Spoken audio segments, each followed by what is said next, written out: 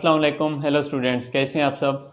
Last lecture में हमने पढ़ा था एक्सरसाइज नंबर 1.5 के बारे में। तो ये अब हम स्टार्ट करने जा रहे हैं एक्सरसाइज नंबर 1.6। एक्सरसाइज नंबर 1.6 में दो मेथड यूज होते हैं, एक है मैट्रिक्स इन्वर्जन मेथड और दूसरा होता है क्रेमर रूल। तो सबसे पहले मैं आपको इस वीडियो में समझाऊंगा मैट्रिक्स इन्वर्जन मेथड के बारे में। तो आप इस वीडियो को एंड तक देखें, इंशाल्लाह आपको मैट्रिक्स इन्वर्जन मेथड में कोई भी किसी किस्म की परेशानी नहीं होगी। तो नेक्स्ट वीडियो में मैं आपको इंशाल्लाह क्रेमर रूल के बारे में बताऊंगा। इस वीडियो को एंड तक देखते रहें और अगर आपको इसकी सही समझ आती है तो ज़रूर इसे लाइक, सब्सक्राइब, शेयर लाजमी करें। अब मैं स्टार्ट करने लगा हूँ matrix inversion method. Matrix inversion method में क्या होता है, हमें दो मैट्रिक्स गिवन होते हैं। लेट्स सपोज फर्स्ट मैट्रिक्स है दो इक्वेशंस गिवन होती हैं। लेट्स सपोज फर्स्ट इक्वेशन है ax plus by is equal to c। Second equation है dx plus ey is equal to d। अब सबसे पहले हमने क्या करना है, हमने सबसे पहले इसके तीन मैट्रिक्स बनाने हैं, इसको तीन मैट्रिक्स में कन्वर्ट करना है। इसको मैट्रिक्स में कैसे कन्वर्ट करेंगे, सबसे पहला जो हम इसका मैट्रिक्स बनाएंगे वो होगा मैट्रिक्स ए। अब ए मैट्रिक्स कैसे बनेगा, ए मैट्रिक्स में एक्स और वाई के ये जो कोफिशिएंट हैं या इसकी एक्स और वाई के साथ जो भी नंबर या जो भी वैल्यूज पड़ी होगी उन्हें हम मैट्रिक्स में लिख लेंगे। जैसे ये है, इस एक्स के साथ क्या पड़ा है ए, मैंने लिख लिया ए। इस वाई के साथ क्या पड़ा है बी, मैंने लिख लिया बी। अब इस सेकंड इक्वेशन में इस x के साथ जो वैल्यू पड़ी है उसे मैं यहां पे लिख दूंगा, इस y के साथ जो वैल्यू पड़ी है उसे मैं यहां पे लिख दूंगा। ये आ गया हमारे पास एक मैट्रिक्स, यानी x और y के साथ जो वैल्यूज पड़ी होंगी, जिस आर्डर में पड़ी होंगी उसी आर्डर में हम लिख देंगे। यहाँ पे x के साथ a पड़ा था, मैंने a लिख दिया, y के साथ b था, मैंने b लिख दिया। यहाँ पे इसके जरिए हमारी जो पहली इक्वेशन है यूं समझ ले वो सॉल्व है। उसके बाद सेकंड इक्वेशन में से हमने क्या पिक करना था, x और y के साथ जो वैल्यूज पड़ी हैं हमने वो पिक करनी थी। यहाँ पे x के साथ d था, मैंने d लिख लिया, y के साथ e था, मैंने e लिख दिया। अब मैंने आपको कहा था कि इससे हमें तीन मैट्रिक्स बनेंगे, ये है फर्स्ट मैट्रिक्स। सेकंड मैट्रिक्स जो बनेगा उसे हम नाम देंगे कैपिटल X का। अब ये कैपिटल X का कौन सा होगा, कैपिटल X का वो वाला मैट्रिक्स बनेगा जिसमें ये हमारे पास जो हम चीज़ें यूज़ कर रहे हैं, मतलब जो x या y यूज़ कर रहे हैं या y और z यूज़ कर रहे हैं, या जो भी ऐसी जो मतलब हम यूज़ कर रहे हैं, आप इन्हें कह सकते हैं x और y, जिनकी हमने वैल्यू फाइंड करनी होगी उनको हम इसमें लिख लेंगे। अब हमने कौन सी वैल्यू फाइंड करनी है, यहाँ पे x की वैल्यू फाइंड करनी है और y की। यहाँ दोनों इन दोनों इक्वेशन से हमने x और y की वैल्यू फाइंड करनी है। तो हम क्या लिखेंगे, यहाँ पे लिखेंगे x और ये लिखेंगे y। ये आ जाएगा हमारा सेकंड मैट्रिक्स। अब इसमें हमने क्या किया है, जिनकी वैल्यू हमने फाइंड करनी थी, x और y की फाइंड करनी थी, ये हमने x और y को एक कॉलम में लिख दिया है। अब जो थर्ड मैट्रिक्स हमारे पास बनेगा वो क्या होगा, थर्ड मैट्रिक्स का नाम होगा b। और ये कौन सा मैट्रिक्स होगा, जो इक्वल टू की दूसरी साइड पे पड़ी होंगे, दोनों इक्वेशन में इक्वल टू की दूसरी साइड पे जो भी वैल्यूज पड़ी होंगी उसे हम इस बी मैट्रिक्स में लिखेंगे। अब इक्वेशन जो फर्स्ट थी उसमें इक्वल टू की दूसरी साइड पे कौन सी वैल्यू पड़ी है सी, मैंने इसे यहाँ पे सी लिख दिया। इसकी दूसरी सेकेंड इक्वेशन जो है हमारे पास ये, इसके इक्वल टू की दूसरी साइड पे क्या वैल्यू पड़ी है डी, इसे मैंने यहाँ पे लिख दिया। ये होता है हमारे पास इन इक्वेशन से ये तीन मैट्रिक्स बनाना। अब इन तीन मैट्रिक्स के बाद इस इक्वेशन को हम कैसे लिख सकते हैं, इसे हम देखते हैं। इसको हम लिख सकते हैं, इक्वेशन को हम लिख लेंगे a multiply by x is equal to b। अब x हमारा कौन सा मैट्रिक्स था, x वो मैट्रिक्स था जिसमें हमारे पास ऐसी वैल्यूज थी जो हमने फाइंड करनी थी। मतलब यहाँ पे हमने x को फाइंड करना है, a और b हमारे पास दो मैट्रिक्स हैं। अब x को जब हम फाइंड करेंगे यहाँ पे ए मैट्रिक्स जब ये इक्वल टू की दूसरी साइड पे जाएगा, ये हो जाएगा ए इनवर्स इनटू बी, उसी साइड पे जैसे पढ़ा था हमने वैसे लिख दिया। अब ए इनवर्स मतलब जो हमने x की वैल्यूज इस कैपिटल X में कौन सी वैल्यूज पढ़ी थी, स्मॉल x और y। हमने स्मॉल x और y की वैल्यू फाइंड करनी है और ये जो हमें मेथड हमारे पास पड़ा था उसका हमने इनवर्स लेना है। अब इनवर्स कैसे लेते हैं किसी भी मेथड का, सबसे पहले उसका लेते हैं adjoint of A divided by उसका लेते हैं डिटर्मिनेंट। मैं आपको पिछली जो वीडियो थी, पिछला जो लेक्चर था उसमें मैं आपको ये बहुत ब्रीफली समझा चुका हूँ कि एडजॉइंट कैसे फाइंड करते हैं और डिटर्मिनेंट कैसे फाइंड करते हैं। अब जब हम यहाँ से एडजॉइंट और डिटर्मिनेंट फाइंड कर लेंगे उसको हम मल्टीप्लाई कर देंगे बी मैट्रिक्स के साथ। जब हम बी मैट्रिक्स के साथ मल्टीप्लाई करेंगे तो हमारे पास कोई ना कोई इसका रिजल्टेंट मैट्रिक्स आंसर आएगा। उसका क्या करेंगे, x की वैल्यू को मतलब जो फर्स्ट वैल्यू पड़ी होगी उसके साथ कंपेयर करेंगे, y की वैल्यू को जो उस मैट्रिक्स में सेकंड वैल्यू पड़ी होगी उसके साथ कंपेयर करेंगे। ये हमें मैट्रिक्स हमारा रिजल्टेंट आएगा। एक वैल्यू यहाँ पे होगी, एक यहाँ पे होगी, जो ऊपर वैल्यू होगी उसे हम लिख लेंगे x के इक्वल, जो नीचे वाली वैल्यू होगी वो होगी हमारी y। यहाँ से हमारा क्वेश्चन सॉल्व हो जाएगा। तो मैं अभी आपको एक्सरसाइज नंबर 1.6 का एक क्वेश्चन करके समझाता हूँ इस मेथड से।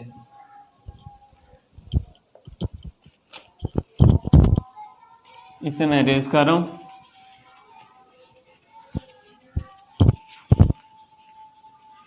अब जो एक्सरसाइज नंबर 1.6 का फर्स्ट क्वेश्चन है, इसमें हमें जो दो इक्वेशन गिवन है वो है ये, इसका मैं फर्स्ट क्वेश्चन कर रहा हूँ वो मैट्रिक्स इन्वर्जन मेथड से। इसमें जो इक्वेशन गिवन है वो है 2x minus 2y is equal to 4 और जो सेकंड इक्वेशन गिवन है वो है 3x plus 2y equal to 6। अब हमने यहां से क्या करना है, अब हमने यहां से x और y की वैल्यू फाइंड करनी है। सबसे पहले हम, जैसे मैं आपको पहले समझा चुका हूं, तीन मैट्रिक्स बनाएंगे। तीन मैट्रिक्स कैसे बनेंगे, फर्स्ट मैट्रिक्स ए में हम क्या लिखते थे, x और y के साथ जो वैल्यूज पड़ी होती थी हम उन्हें ए मैट्रिक्स में लिख लेते थे। अब यहाँ पे x के साथ क्या वैल्यू पड़ी है 2, y के साथ क्या पड़ी है -2, ये -2 पड़े। यहाँ पे था +2, प्लस को हम लिखते नहीं है, जहाँ पे माइनस होगा माइनस का साइन हम लाजमी लिखेंगे। ये x के साथ कौन सी वैल्यू है 3, यहाँ पे y के साथ कौन सी वैल्यू है 2। ये आ गया हमारे पास फर्स्ट मैट्रिक्स। अब जो सेकंड मैट्रिक्स होता है वो होता है जो वैल्यूज हमने फाइंड करनी होती है। यहाँ पे कौन से यूज हो रहे हैं, x और y, ये दो ऑपरेटर यूज हो रहे हैं ना। हमने x और y की वैल्यू फाइंड करनी है। दोनों इक्वेशन में आप देख लें x और y यूज हो रहे हैं, इसमें भी x और y यूज हो रहे हैं। तो यहाँ पे हम लिख लेंगे x और यहाँ पे आ जाएगा y। अब यहाँ पे a और b भी यूज हो सकते हैं, यहाँ पे दोनों में मतलब जो चीजें सेम होगी, जो जिस ऑपरेटर की हमने वैल्यू फाइंड करनी होगी उसकी वैल्यू को हम इस x मैट्रिक्स में लिखेंगे। अब दो मैट्रिक्स बन गए। थर्ड मैट्रिक्स कौन सा होता है, थर्ड मैट्रिक्स होता है b, और b कौन सा मैट्रिक्स होता है, जो इक्वल टू की दूसरी साइड पे वैल्यूज होते हैं वो हम b मैट्रिक्स में लिखते हैं। यहाँ पे इक्वल टू की दूसरी साइड पे इक्वेशन 1 में है 4, इक्वेशन 2 में पड़े 6। ये आ गया हमारे पास तीन मैट्रिक्स। अब मैं इन इक्वेशन को रेज कर रहा हूँ, इसको भी रेज कर रहा हूँ ताकि आपको सही समझ आ जाए। इसका पार्ट 1 है और हम कर रहे हैं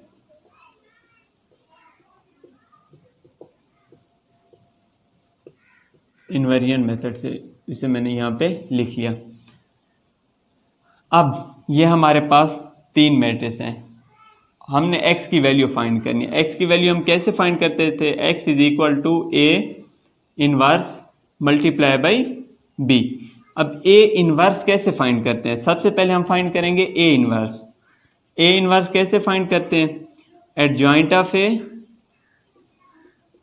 of a divided by determinant, जिसे हम उर्दू में मक्ता बोलते हैं। ठीक है। अब सबसे पहले जो हमारे पास ए मैट्रिक्स है इसका एडजॉइंट फाइंड करेंगे। एडजॉइंट कहाँ पे फाइंड, इसे मैं यहाँ पे लिख लेता हूँ, बी मैट्रिक्स को मैं नीचे लिख लेता हूँ। बी था हमारे पास 4 और 6। अब हम ए का सबसे पहले फाइंड करेंगे एडजॉइंट, या एडजॉइंट, ये आ गया ए एडजॉइंट। एडजॉइंट में क्या करते हैं, एडजॉइंट में जो डायगोनल हैं उनकी पोजीशन चेंज करते हैं, और जो बाकी दोनों या तीन जितनी भी वैल्यूज बचती हैं उनके हम साइन चेंज करते हैं। यहाँ पे डायगोनल हैं 2 और 2, इनकी हम पोजीशन चेंज करेंगे, क्योंकि ये दोनों 2 और 2 सेम है, तो ये 2 और 2 इनकी पोजीशन चेंज किए फिर भी कोई फर्क नहीं पड़ा। अब ये जो चीज़ है -2 और 3, इनके हम क्या करेंगे, इनके हम साइन चेंज करेंगे। ये माइनस का 2 है, ये यहाँ पे हो जाएगा +2, ये प्लस का 3 है, ये हो जाएगा माइनस का 3। ये हमने फाइंड कर लिया एडजॉइंट। अब एडजॉइंट के बाद हमने क्या फाइंड करना है, डिटर्मिनेंट। ये आ जाएगा determinant of A equal to, determinant की सबसे पहले ब्रैकेट्स लगा देंगे। ए का डिटर्मिनेंट फाइंड कर रहे हैं तो ए की वैल्यू इसमें पुट कर देंगे। ए की वैल्यू कौन सी है, 2 -2, उसके बाद 3 और फिर 2। अब हम फाइंड करेंगे डिटर्मिनेंट ऑफ ए। हमारे पास जगह नहीं है तो मैं इस चीज़ को रेज कर रहा हूँ। अब हमने फाइंड करना है ए का डिटर्मिनेंट। ए के डिटर्मिनेंट को अब मैं यहाँ पे सॉल्व कर रहा हूँ। Determinant of A is equal to, अब डिटर्मिनेंट कैसे फाइंड करते हैं, डायगोनल में जो है उन्हें आपस में मल्टीप्लाई करते हैं। डायगोनल में क्या है, 2 और 2, ये इसे आप क्रॉस मल्टीप्लिकेशन भी कह सकते हैं, क्योंकि ये ऐसे क्रॉस में मल्टीप्लाई होते हैं। 2 × 2, ये लिख दिया हमने, 2 × 2। दरमियान में कौन सा साइन होता है, दरमियान में हमेशा सब्ट्रैक्शन का साइन होता है, ये मैं आपको पिछली वीडियोज में बता चुका हूँ। उसके बाद अब ये जो दो बाकी इन्हें आपस में मल्टीप्लाई करेंगे, ये हो जाएगा 3 × -2, ये 3 × इसे मैं ऐसे लिख 3 × -2, ये आ गया हमारे पास 3 × -2। इसे मैं जो एरो लगाया था उसकी मैंने चेंज कर दी पोजीशन, ठीक है। अब उसके बाद हम क्या करेंगे, ये जो ए मैट्रिक्स है इसे मैं कर रहा हूँ रेज, क्योंकि अब हमें इस ए मैट्रिक्स की कहीं भी ज़रूरत नहीं पड़ने वाली। अब जो ए का डिटर्मिनेंट है इसकी वैल्यू जो फाइनल वैल्यू निकलती है, मैं इसे सिंप्लीफाई कर लेता हूँ। 2 × 2 4। अब ये दरमियान में पड़े माइनस, यहाँ अंदर ब्रैकेट में पड़े माइनस, माइनस माइनस प्लस 3 × 2 6, ये आ जाएगी हमारे पास determinant of A which is equal to 4 + 6 10। अब हमारे पास डिटर्मिनेंट ऑफ ए की वैल्यू भी आ गई, उसके अलावा एडजॉइंट ऑफ ए भी आ गया। अब हम ए का इन्वर्स इजीली फाइंड कर सकते हैं, क्योंकि हम वैल्यू जब पुट करेंगे तो हमारे पास ए का इन्वर्स आ जाएगा। तो मैं इस सब को रेज कर रहा हूँ, जस्ट ये वैल्यू और ये वैल्यू छोड़ के बाकी सारा मैं रेज कर रहा हूँ, क्योंकि हमें आगे इन्हीं दो वैल्यूज की ज़रूरत पड़ने वाली है।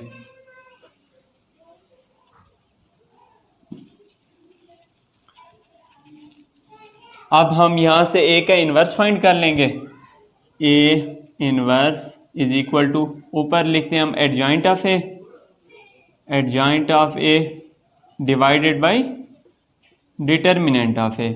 एडजॉइंट ऑफ ए की क्या वैल्यू है, एडजॉइंट ऑफ ए है 2 2, उसके बाद -3 फिर 2 divided by determinant of A की वैल्यू आ गई 10। तो अब ये दोनों वैल्यूज हमने पुट कर दिए हैं। अब मैं इन दोनों वैल्यूज को रेज कर रहा हूं ताकि हमारे पास स्पेस बनती रहे। मैं क्वेश्चन को सॉल्व कर रहा हूं।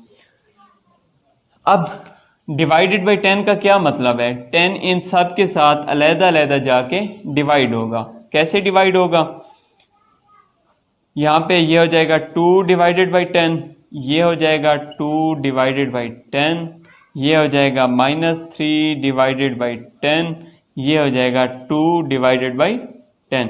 मतलब 10 अंदर जाके सब के साथ डिवाइड हो गया। अब इसे मज़ीद सॉल्व करेंगे, इसे मज़ीद सिंप्लीफाई करेंगे तो ये हो जाएगा A inverse equal to 2 divided by 10, 2 1 द 2, 2 5 द 10, ये हो जाएगा 1/5, 2 1 द 2, 2 5 द 10, ये हो जाएगा 1/5। उसके बाद -3/10, ये कैंसिल नहीं होते तो इसे मैं एज इट इज लिख दूंगा -3/10। उसके बाद 2/10, 2 1 द 2, 2 5 द 10, ये आ जाएगा 1/5। ये आ गया हमारे पास A इनवर्स। अब हमने x की जो वैल्यू फाइंड करनी थी, x की वैल्यू फाइंड करते वक्त हमें किस चीज़ की ज़रूरत थी? हमें ज़रूरत थी A इनवर्स की और उसके साथ हमें ज़रूरत थी B की। तो हमारे पास जो इक्वेशन थी वो थी x is equal to A inverse multiply by B। A inverse की क्या वैल्यू? A इनवर्स की वैल्यू हम पुट कर देते हैं 1/5, 1/5 -3/10 और 1/5। इसके साथ B की वैल्यू क्या है? B की वैल्यू है 4 और 6। x को हम इसकी वैल्यू के साथ रिप्लेस करेंगे। x है स्मॉल x और स्मॉल y।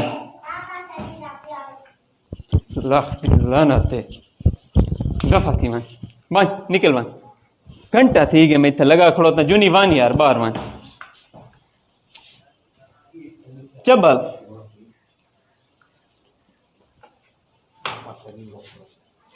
हूं इडे ना आवाए तो जो तेरी आवाज आई वह मैं तेरे नाल मुकसा वन अगे एक दफा पहले आइए।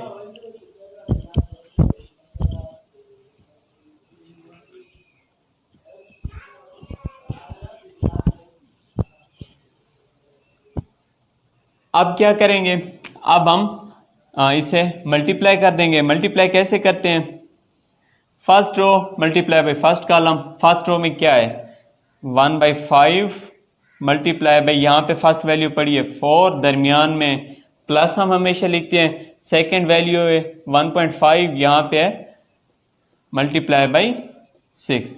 ये हो गई हमारी first row multiply by first column. अब सेकंड कॉलम तो है नहीं जिसे हम फर्स्ट रो के साथ मल्टीप्लाई करें। अब हम सेकंड रो को इसी फर्स्ट कॉलम के साथ मल्टीप्लाई करेंगे। सेकंड रो में पहले पड़ा है -3/10 मल्टीप्लाई बाई फर्स्ट कॉलम है 4 प्लस इधर सेकंड टर्म है 1/5 मल्टीप्लाई बाई यहाँ पे सेकंड पड़ा है 6।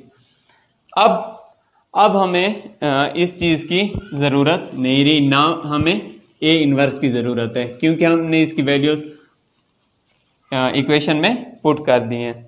यहाँ पे हमारे पास क्या था? x था। x की वैल्यू हमने उसे रिप्लेस की थी। ये है हमारे पास x की वैल्यू जो हमने रिप्लेस की स्मॉल x और स्मॉल y। अब हम इसे सिंप्लीफाई करेंगे। 1 मल्टीप्लाई बाई 4, 4 डिवाइडेड बाई 5, तो ये आ जाएगा x y इक्वल टू, ये हमने वैसे ये साइड लिख दी। अब इस साइड को हम सिंप्लीफाई कर रहे हैं तो ये आ जाएगी 1 multiply by 4, 1 4 the 4, 4 divided by 5, ये आ जाएगा 4/5। यहाँ पे आ जाएगा प्लस, ये 6 1 द 6 डिवाइडेड बाई 5, ये आ जाएगा 6 डिवाइडेड बाई 5। अब नीचे ये है -3/10 मल्टीप्लाई बाई 4। अब 4 और 10 2 का टेबल जाता है दोनों पे, 2 2 द 4, 2 5 द 10। अब 2 3 द 6, यानी ये हो गया, इसके साथ कौन सा साइन है? माइनस का। ये हो गया -6 डिवाइडेड बाई, यहाँ पे क्या बच गया था हमारे पास नीचे? 5। -6 डिवाइडेड बाई 5, दरमियान में प्लस, ये है 6 1 द 6 डिवाइडेड बाई 5, ये आ गया 6 डिवाइडेड बाई 5। अब ये है x y is equal to, यहाँ पे एलसीएम ऊपर आ गया 5, दोनों सेम है, एलसीएम 5 आएगा, ऊपर वाली वैल्यूज ऐड हो जाएंगी 4 + 6। यहाँ पे भी एलसीएम सेम है, यहाँ पे भी 5 आएगा, ऊपर वाली वैल्यूज ऐड हो जाएंगी, ऊपर वाली वैल्यूज ये है -6, ये है +6, ये चीज़ आ जाएगी हमारे पास।